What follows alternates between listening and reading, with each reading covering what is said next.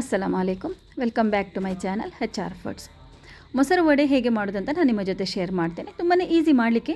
ಒಂದು ಉದ್ದಿನ ಬೇಳೆ ನೆನೆಸಿಡೋದೊಂದು ಕೆಲಸ ಬಿಟ್ಟರೆ, ನಮಗೆ ಒಂದು ಸ್ವಲ್ಪ ಟೈಮ್ ತಗೊಳ್ಳೋದು ಬಿಟ್ಟರೆ ಬೇರೆ ಯಾವುದು ಕೂಡ ಕಷ್ಟ ಇಲ್ಲ. ಬೇಗನೆ ಮಾಡಲಿಕ್ಕಾಗ್ತದೆ, ರುಚಿ ಕೂಡ ಇರ್ತದೆ. ಒಳ್ಳೆ ಕ್ರಿಸ್ಪಿಯಾದ ವಡೆ ಮೊಸರಿಗೆ ಹಾಕಿ ತಿನ್ನೋದಂದರೆ ಆಹಾ ತುಂಬಾ ಟೇಸ್ಟ್ ಆಗ್ತದೆ. ಹಾಗಾದರೆ ಹೇಗೆ ಮಾಡೋದಂತ ನೋಡುವ ಬನ್ನಿ ಫ್ರೆಂಡ್ಸ್. ಒಳ್ಳೆ ಮಳೆ ಕೂಡ ಬರ್ತಾ ಇದೆ, ಹಾಗಾಗಿ ಬಿಸಿ ಬಿಸಿಯಾಗಿ ಫಸ್ಟಿಗೆ ವಡೆ ಮಾಡಿ ಮತ್ತೆ ಮೊಸರಿಗೆ ಹಾಕಿ ತಿನ್ನುವ. ಅದಕ್ಕೋಸ್ಕರ ನಾನಿಲ್ಲಿ ನೋಡಿ ಉದ್ದಿನ ಬೇಳೆ ತಗೊಂಡಿದ್ದೇನೆ. ಉದ್ದಿನ ಬೇಳೆ ಇಂತಿಷ್ಟೇ ಕ್ವಾಂಟಿಟಿ ಅಂತ ಏನಿಲ್ಲ, ನಿಮಗೆ ಎಷ್ಟು ಬೇಕಷ್ಟು ತಗೊಳ್ಬೋದು. ನಾನಿಲ್ಲಿ ಜಾಸ್ತಿ ಸೋಕ್ ಮಾಡಿಟ್ಟಿದ್ದೀನಿ, ಯಾಕಂದರೆ ಜಾಸ್ತಿ ಮಾಡಿ ಗ್ರೈಂಡ್ ಮಾಡಿಟ್ಟು ಯಾವಾಗ ಬೇಕು ಆವಾಗ ನನಗೆ ಮಾಡ್ಕೊಳ್ಬೋದು. ನಾನು ಸ್ವಲ್ಪ ತೆಗೆದಿಡ್ತಾ ಇದ್ದೇನೆ. ಹಾಗೆಯೇ ನೀವೀಗ ಜಾಸ್ತಿ ಬೇಕಂದರೆ ಗ್ರೈಂಡ್ ಮಾಡಿ ಇಟ್ಕೊಳ್ಬೋದು, ಇಲ್ಲಾಂದರೆ ನಿಮಗೆ ಎಷ್ಟು ಬೇಕು ಅಷ್ಟನ್ನೇ ಸೋಕ್ ಮಾಡಿ ಕೂಡ ಗ್ರೈಂಡ್ ಮಾಡ್ಕೊಳ್ಬೋದು. ನಾನಿಲ್ಲಿ ಇಡೀ ಉದ್ದಿನ ಬೇಳೆ ತಗೊಂಡಿದ್ದೇನೆ. ನೀವೀಗ 2 ಭಾಗದಲ್ಲಿ ಬರ್ತದಲ್ವ ಉದ್ದಿನ ಬೇಳೆ, ಅದನ್ನು ಕೂಡ ತಗೊಳ್ಬೋದು. ನಿಮಗೆ ಯಾವುದು ಬೇಕಾದು ಒಂದು 4 ರಿಂದ 5 ಗಂಟೆ ಇದನ್ನು ಸೋಕ್ ಮಾಡಿ ಇಡಬೇಕಾಗ್ತದೆ. ಸೋಕ್ ಮಾಡಿಟ್ಟ ನಂತರ ಈ ಉದ್ದಿನ ಬೇಳೆ ಒಳ್ಳೆ ಸಾಫ್ಟಾಗಿ ಬರ್ತದೆ. ಆಮೇಲೆ ನಾವು ಇದನ್ನು 2 ರಿಂದ 3 ಸಲ ವಾಶ್ ಮಾಡಿ ಮಿಕ್ಸಿ ಜಾರಿಗೆ ಹಾಕ್ಕೊಳ್ಳುವ. ನಾನು ಫಸ್ಟಿಗೆ ಹೇಳಿದಾಗೆ ಇಂತಿಷ್ಟೇ ಕ್ವಾಂಟಿಟಿ ಅಂತ ಇಲ್ಲ, ನಿಮಗೆ ಎಷ್ಟು ಬೇಕಷ್ಟು ನೀವು ತಗೊಳ್ಬೋದು. ಇನ್ನು ಉದ್ದಿನ ಬೇಳೆಗೆ ತುಂಬ ನೀರೆಲ್ಲ ಹಾಕಿ ಗ್ರೈಂಡ್ ಮಾಡೋದು ಬೇಡ.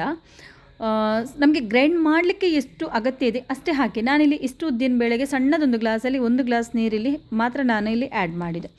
ಇನ್ನು ರುಚಿಗೆ ಎಷ್ಟು ಬೇಕು ನೋಡಿಕೊಂಡು ಸಾಲ್ಟನ್ನು ಹಾಕಿ ಸಾಫ್ಟಾಗಿ ಸ್ಮೂತಾದ ಒಂದು ಕ್ರೀಮಿ ಟೆಕ್ಸ್ಚರಲ್ಲಿ ಬರುವಂಥ ಒಂದು ಬ್ಯಾಟ್ರನ್ನು ರೆಡಿ ಮಾಡಿಕೊಳ್ಳೋ. ನೋಡಿ ಈ ರೀತಿ ಸಾಫ್ಟಾಗಿ ಬರಬೇಕು, ಕ್ರೀಮ್ ಥರ ಇರಬೇಕು ನಾವು ಕಡ್ದಿಟ್ಟಂಥ ಬ್ಯಾಟರ್. ಓಕೆ, ಈಗ ನಮಗೆ ಎಷ್ಟು ಬೇಕು ಒಮ್ಮೆಗೆ ಮಾಡಲಿಕ್ಕೆ ಅಷ್ಟು ಮಾತ್ರ ತಗೊಳ್ಳುವ. ಎಲ್ಲ ಈಗ ತಗೊಂಡಿಡೋದು ಬೇಡ. ನಾನು ಜಾಸ್ತಿ ಮಾಡಿದ್ರಿಂದ ಹೇಳೋದು, ನೀವೀಗ ನಿಮಗೆ ಇವತ್ತು ಮಾಡಲಿಕ್ಕೆ ಇಷ್ಟೇ ಬೇಕು ಅಂತ ಹೇಳಿದರೆ ಅಷ್ಟಕ್ಕೆ ನೀವು ಮಾಡ್ಕೊಳ್ಬೋದು. ನಾನು ನೋಡಿ ಸ್ವಲ್ಪ ತಗೊಂಡಿದ್ದೇನೆ, ಉಳಿದದನ್ನು ಇದನ್ನು ತೆಗೆದಿಡ್ತೇನೆ, ಯಾವಾಗ ಬೇಕು ಆವಾಗ ಮಾಡ್ಕೊಳ್ಳಿಕ್ಕೆ ನನಗೆ. ಇನ್ನಿದಕ್ಕೆ ಸ್ವಲ್ಪ ಕೊತ್ತಂಬರಿ ಸೊಪ್ಪು, ಒಂದು ಅರ್ಧ ಕಾಯಿ ಮೆಣಸು, ಸ್ವಲ್ಪ ಕರಿ ಲೀವ್ಸ್, ಇದನ್ನು ಕೂಡ ಇಲ್ಲಿ ಹಾಕಿ ಮಿಕ್ಸ್ ಮಾಡಿಕೊಳ್ಳುವ. ಒಳ್ಳೆ ಟೇಸ್ಟ್ ಆಗ್ತದೆ ಇದು ಹಾಕೋದ್ರಿಂದ. ಹಾಗೆಯೇ ಇದಕ್ಕೆ ಸ್ವಲ್ಪ ಜೀರಿಗೆ ನೋಡಿ, ಒಂದಿಷ್ಟು ಜೀರಿಗೆ, ಒಂದೇ 1 ಟೇಬಲ್ ಸ್ಪೂನ್ ನಾನಿಲ್ಲಿ ಅಕ್ಕಿ ಹಿಟ್ಟು ತಗೊಂಡಿದ್ದೇನೆ. ಈ ಅಕ್ಕಿ ಹಿಟ್ಟು ಹಾಕೋದ್ರಿಂದ ನೀರು ಸ್ವಲ್ಪ ಜಾಸ್ತಿ ಆದರೂ ನಾವು ಗ್ರೈಂಡ್ ಮಾಡುವಾಗ ಈ ಅಕ್ಕಿ ಹಿಟ್ಟು ಏನಾಗ್ತದೆ ಎಳ್ಕೊಳ್ತದೆ. ಹಾಗಾಗಿ ಅಕ್ಕಿ ಹಿಟ್ಟು ಈಗ ನೀರು ಸ್ವಲ್ಪ ಜಾಸ್ತಿ ಆದರೂ ಕೂಡ ನೀವು ಅಕ್ಕಿ ಹಿಟ್ಟನ್ನು ಹಾಕಿ ಸ್ವಲ್ಪ ಜಾಸ್ತಿ ಮಿಕ್ಸ್ ಮಾಡಿದರೂ ಪರವಾಗಿಲ್ಲ, ಒಳ್ಳೆ ಕ್ರಿಸ್ಪಿಯಾಗಿ ಬರ್ತದೆ.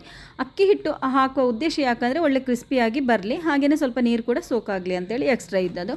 ಇನ್ನಿಲ್ಲಿ ನಾನು ಪಿಂಚಷ್ಟು ಬೇಕಿಂಗ್ ಸೋಡಾ ಆ್ಯಡ್ ಮಾಡ್ತಾ ಇದ್ದೇನೆ. 2 ಕೂಡ ನಿಮಗೆ ಬೇಡ ಅಂದರೆ ಸ್ಕಿಪ್ ಮಾಡಿಕೊಳ್ಬೋದು, ಬೇಕಿದ್ರೆ ಹಾಕ್ಕೊಳ್ಬೋದು. ಇನ್ನಿದನ್ನು ಚೆನ್ನಾಗಿ ಕೈಯಲ್ಲಿ ಮಿಕ್ಸ್ ಮಾಡಿಕೊಳ್ಳುವ. ಒಳ್ಳೆ ರೀತಿಯಲ್ಲಿ ಮಿಕ್ಸ್ ಆಗಬೇಕು.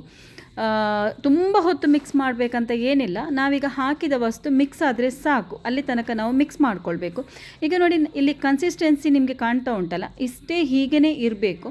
ಜಾಸ್ತಿ ನೀರಾದರೂ ಒಳ್ಳೆಯದಾಗೋದಿಲ್ಲ, ಹಾಗೆ ತುಂಬ ತಿಕ್ಕಾದರೂ ಒಳ್ಳೆಯದಾಗೋದಿಲ್ಲ. ಗ್ರೈಂಡ್ ಮಾಡುವಾಗ ಅಗತ್ಯ ಇದ್ದಷ್ಟೇ ನೀರನ್ನು ಹಾಕಿ ನೀವು ಗ್ರೈಂಡ್ ಮಾಡಿಕೊಂಡ್ರೆ ಕರೆಕ್ಟಾಗಿ ಕನ್ಸಿಸ್ಟೆನ್ಸಿ ಇಲ್ಲಿ ಬರ್ತದೆ. ನೋಡಿ ಇದೀಗ ಕರೆಕ್ಟಾಗಿ ಆಗಿದೆ, ಈಗ ರೆಡಿ ಆಗಿದೆ. ಇನ್ನು ನಾವು ಫ್ರೈ ಮಾಡಿಕೊಳ್ಳಿಕ್ಕೆ ಆಯಿಲನ್ನು ಗ್ಯಾಸಲ್ಲಿ ಇಡುವ.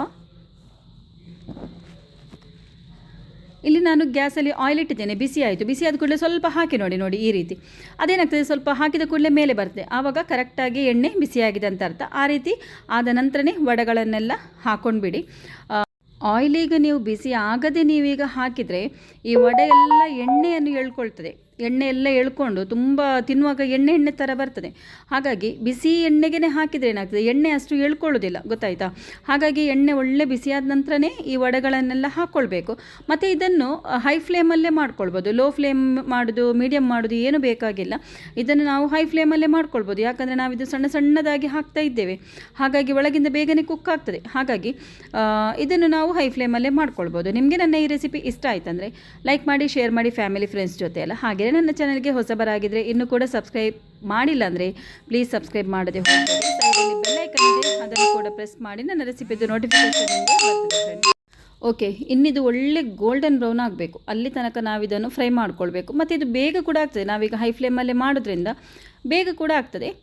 ಒಳ್ಳೆ ರೀತಿಯಲ್ಲಿ ಒಳಗಿಂದ ಕುಕ್ ಆಗಲಿ, ಅರ್ಜೆಂಟ್ ಮಾಡಿ ಎಲ್ಲ ತೆಗೆದು ಬೇಡ. ಒಳ್ಳೆ ಗೋಲ್ಡನ್ ಬ್ರೌನ್ ಆಗಬೇಕು, ಆಮೇಲೆ ತೆಗಿಬೇಕಿದು. ನೋಡಿ ಒಳ್ಳೆ ರೀತಿಯಲ್ಲಿ ಗೋಲ್ಡನ್ ಬ್ರೌನ್ ಆಯಿತು. ಇನ್ನು ಇದನ್ನು ತೆಗೆಯುವ. ನಿಮಗೆ ಈ ತೂತು ವಡೆ ಮಾಡ್ತಾರಲ್ಲ, ಬೇಕಿದ್ದರೆ ಇದೇ ಬ್ಯಾಟರಲ್ಲಿ ಹಾಗೆ ಕೂಡ ಮಾಡ್ಕೊಳ್ಬೋದು. ಅಥವಾ ಈಗ ಉದ್ದಿನಬೇಳೆ ಕಡ್ದಿಟ್ಟರೆ ನಿಮಗೆ ಯಾವಾಗ ಇಡ್ಲಿ ಮಾಡ್ಕೊಳ್ಬೇಕಾ ಆವಾಗ ಅಕ್ಕಿ ಹಿಟ್ಟನ್ನು ಹಾಕಿ ಕೂಡ ಮಿಕ್ಸ್ ಮಾಡಿ ರಾತ್ರಿ ಇಟ್ಟರೆ ಬೆಳಿಗ್ಗೆ ಇಡ್ಲಿ ಕೂಡ ಮಾಡ್ಕೊಳ್ಬೋದು. ತುಂಬಾ ಈಸಿಯಾಗಿ ಇದೊಂದು ಉದ್ದಿನಬೇಳೆ ಕಡ್ದಿಟ್ಟರೆ ನಮಗೆ 2-3 ವಸ್ತು ಮಾಡ್ಕೊಳ್ಬೋದು. ಇದನ್ನು ನಮಗೆ ಬೆಳಿಗ್ಗೆ ಬ್ರೇಕ್ಫಾಸ್ಟಿಗೂ ಮಾಡ್ಬೋದು ಅಥವಾ ಈವ್ನಿಂಗ್ಗೆ ನಮಗೆ ಸ್ನ್ಯಾಕ್ಸಿಗೆ ಕೂಡ ಮಾಡ್ಬೋದು. ಇನ್ನಿದಕ್ಕೆ ಮೊಸರು ರೆಡಿ ಮಾಡ್ಕೊಳ್ಳುವ. ಮೊಸರಿಗೆ ನಾನಿಲ್ಲಿ 1 ಕಪ್ ಮೊಸರು ಹಾಕಿದ್ದೇನೆ. 1 ಟೇಬಲ್ ಸ್ಪೂನ್ ಇಲ್ಲಿ ಶುಗರ್ ಹಾಕಿದ್ದೇನೆ. ರುಚಿಗೆ ಎಷ್ಟು ಬೇಕು ಅಷ್ಟು ನಾವು ನೋಡಿಕೊಂಡು ಹಾಕಿದರೆ ಆಯಿತು. ಒಂದು ಸ್ವಲ್ಪ 1/4 ಟೀ ಸ್ಪೂನ್ ಇಲ್ಲಿ ಬ್ಲ್ಯಾಕ್ ಪೆಪ್ಪರ್ ಪೌಡರ್, ಪಿಂಚಷ್ಟು ಹಿಂಗೆ ಹಾಕಿದ್ದೇನೆ. ಬೇಕಿದ್ರೆ ಹಿಂಗೆ ಆ್ಯಡ್ ಮಾಡ್ಬೋದು, ಇಲ್ಲಾಂದರೆ ನೀವು ಸ್ಕಿಪ್ ಮಾಡ್ಕೊಳ್ಬೋದು. ಒಳ್ಳೆ ರೀತಿಯಲ್ಲಿ ಶುಗರನ್ನು ಮಿಕ್ಸ್ ಮಾಡ್ಕೊಂಡ್ರೆ ಆಯಿತು.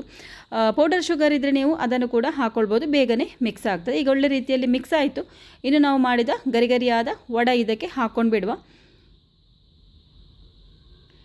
ವಡೆ ಎಲ್ಲ ಹಾಕಿದ ನಂತರ ಇನ್ನಿದನ್ನು ಒಳ್ಳೆ ರೀತಿಯಲ್ಲಿ ಮಿಕ್ಸ್ ಮಾಡ್ಕೊಳ್ಳೋ. ಈ ಮೊಸರಿಗೆ ಒಳ್ಳೆ ಮುಳುಗುವ ಹಾಗೆ ಡಿಪ್ ಆಗಬೇಕಿದು, ಆ ರೀತಿ ಇದನ್ನು ಮಾಡ್ಕೊಂಡು ಬಿಡುವ. ಓಕೆ ಈಗ ಕರೆಕ್ಟಾಯಿತು. ಕ್ರಿಸ್ಪಿಯಾದ ವಡೆ ನಮಗೆ ತಿನ್ನಲಿಕ್ಕೆ ಸಿಗುವಾಗ ಉಂಟಲ್ಲ, ನಿಜವಾಗಿಯೂ ಕೂಡ ತುಂಬಾ ಟೇಸ್ಟ್ ಆಗ್ತದೆ. ನನಗಂತೂ ತುಂಬಾ ಇಷ್ಟ. ನಿಮಗೆ ಸಾಫ್ಟ್ ಬೇಕಂದರೆ ಇದನ್ನು ನೀರಿಗೆ ಹಾಕಿ ಸ್ವಲ್ಪ ಹೊತ್ತು ಬಿಟ್ಟು ಅದ ನೀರೆಲ್ಲ ಹಿಂಡಿ ತೆಗೆದು ಮತ್ತೆ ಕೂಡ ಹಾಕ್ಕೊಳ್ಬೋದು, ಸಾಫ್ಟ್ ಬೇಕಂದರೆ. ನನ್ನ ಹಾಗೆ ಈ ರೀತಿ ಗರಿಗರಿಯಾಗಿ ಬೇಕಂದರೆ, ನಿಮಗೆ ತಿನ್ನುವಾಗ ಕ್ರಿಸ್ಪಿಯಾಗಿ ಬಾಯಿಗೆ ಬರಬೇಕಂದ್ರೆ ಇದೇ ರೀತಿ ಎಣ್ಣೆಯಿಂದ ತೆಗೆದು ಮೊಸರಿಗೆ ಹಾಕಿ ಮಿಕ್ಸ್ ಮಾಡ್ಕೊಳ್ಬೋದು. ಸೂಪರಾಗಿ ಟೇಸ್ಟ್ ಆಗಿದೆ. ನೀವು ಕೂಡ ಒಂದು ಸಲ ಟ್ರೈ ಮಾಡಿ ನೋಡಿ. ಓಕೆ, ಬಾಯ್, ಅಸ್ಸಲಾಮು ಅಲೈಕುಮ್.